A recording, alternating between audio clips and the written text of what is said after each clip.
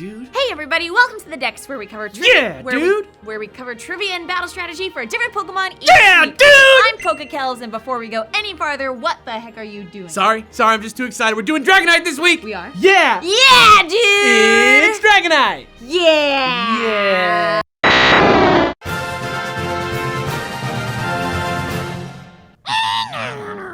Dragonite is the cartoonish Gen 1 dragon Pokemon who lives by the sea. Its intelligence is said to match humans, and it uses it to fly around the whole planet, saving people on stranded and sinking ships like Superman or something. Heck yes, like Superman! Dragonite is so fast it can circle the entire planet in about 16 hours, and it can also break the speed of sound. Isn't that tight as heck? Yes, it is tight as heck. Dragonite's name comes either from Dragonite, in reference to all the selfless saving of lives he does for no reason, like a knight in shining armor, or possibly this weird stone called Draconite. Just in case you can't tell, it's spelled with a C like Draco from Harry Potter. Dragonite is a mythical stone, or bezoar, from the Middle Ages that's pyramid-shaped and said to be found inside the head of a dragon. It's supposed to grant you the power of telepathic communication, and Dragonite totally has one. And speaking of Dragonite and stones... Oh right, now I know what you're thinking. Dragonite's evolution line makes no sense. Why does he go from a beautiful winged water snake to Orange Pete's dragon? What's that about? And does anyone even remember Pete's dragon? Well, I mean, I definitely do. Right. But also, back to Dragonite, the answer to all of this is as beautiful as the stone around Dragonair's neck. Ladies and gentlemen, it's Pokemon.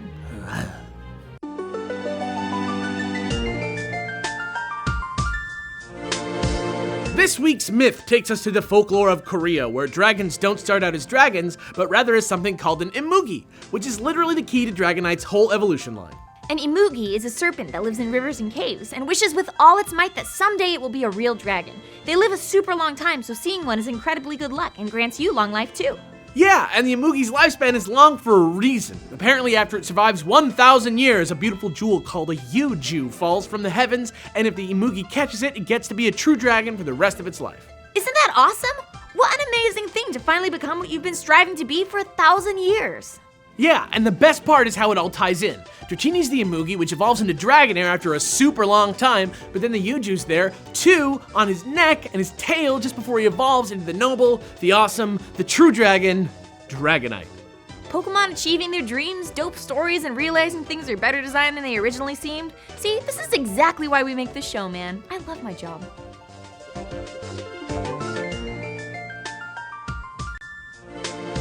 Oh, look at us being all cute. Yeah, everything about this show is pretty cute. Right? Right.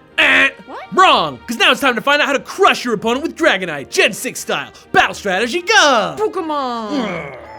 Oh.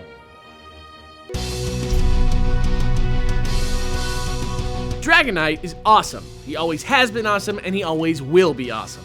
Here's how to get into your opponent's brain and make the most out of Pokemon's coolest dragon.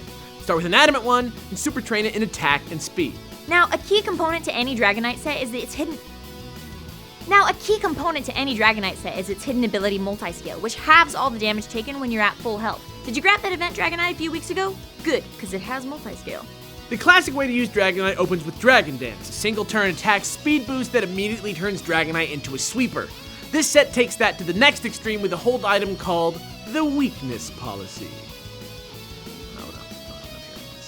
The Weakness Policy raises both physical and special attack by 2 stages if you're hit with a super effective move. So do your best to predict one, dance on your same turn, live through it with the Multiscale, and bingo, you're unstoppable. I like to use Outrage for stab just because it's so devastating, but just in case there's still a fairy type on the team, bring Earthquake along with you too for coverage. 100 damage is 100 damage, baby. And finally, in that last slot, we recommend Extreme Speed. A lot of people try to counter this boosted set with priority attacks, and Extreme Speed both shuts them down and is very damaging to your opponent's morale. And that's it. Of course, that's not the only way to train a Dragonite, so as always, here are a few random thoughts. A Fire Punch or Thunder Punch can be great substitutes for Extreme Speed or Earthquake, depending on the situation and who you're worried about knocking out quickly. So, just keep it in mind. The traditional, less risky, non-weakness policy Dragon Dance set is still totally viable. Just make sure you're holding a Lumberry so that Outrage doesn't leave you confused. If you think dancing is too risky and you'd rather come out of the gate swinging, just give Dragonite a Choice Band. It'll lock him into one move till you switch, sure, but it'll also give him the extra 50% attack power right away. I've also heard tell of a bulky Roost and Leftovers base set meant to use the multi-scale bonus over and over. Just make sure you swap out Outrage for Dragon Claw so you're never stuck without the ability to heal. then you're gonna lose.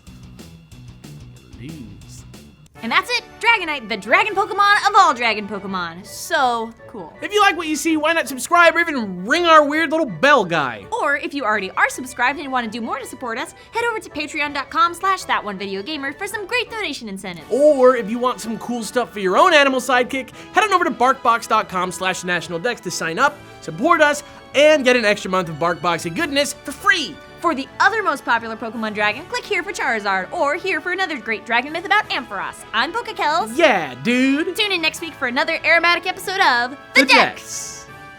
Saving people on stranded and sinking ships like Superman or something. S-Train. It's supposed to grant you the power of telepathic communication. Saving people stranded on sinking and stranded ships. Wow, good writing, man. Thanks, dude. Great job at forming this sentence so that it's easy to read and understand. If you think dancing is too Rick and Morty,